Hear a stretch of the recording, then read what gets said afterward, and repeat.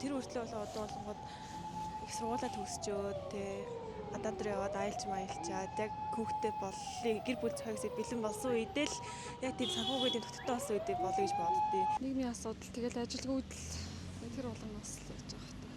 Тэгээ залуучууд ихтэй ер нь ганцаараа явах тиймэрхүү юг л сонгоцсон юм билий.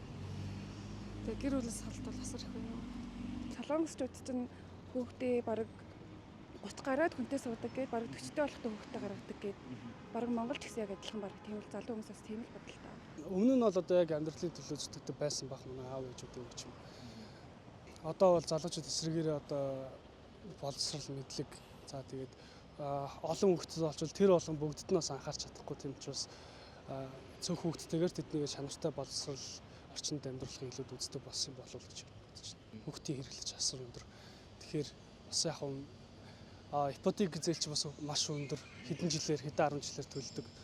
Тийм болохоор одоо дээр нь цалингийн хэмжээ тэгэл цалингаас авж байгаа татварын хэмжээс харахад бол ер нь бол зөв бодлого л гэж бодож байна.